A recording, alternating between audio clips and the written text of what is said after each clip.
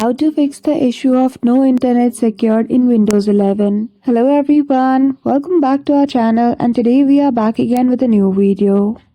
So without any delay, let's get into it. For that, firstly open Settings app. So use the shortcut key Window plus I.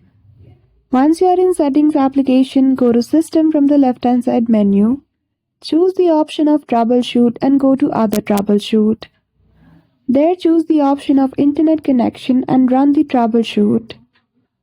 Now the next method to fix your issue with no secured internet connection is to simply go to Device Manager, click on Network Adapter and choose the adapter which you are having problem with. Double click on it, go to its property and uninstall the device. After that, reinstall the driver and then your problem will be fixed. So I hope you found this video helpful. If you did, don't forget to give it a thumbs up and subscribe to our channel for such tutorial.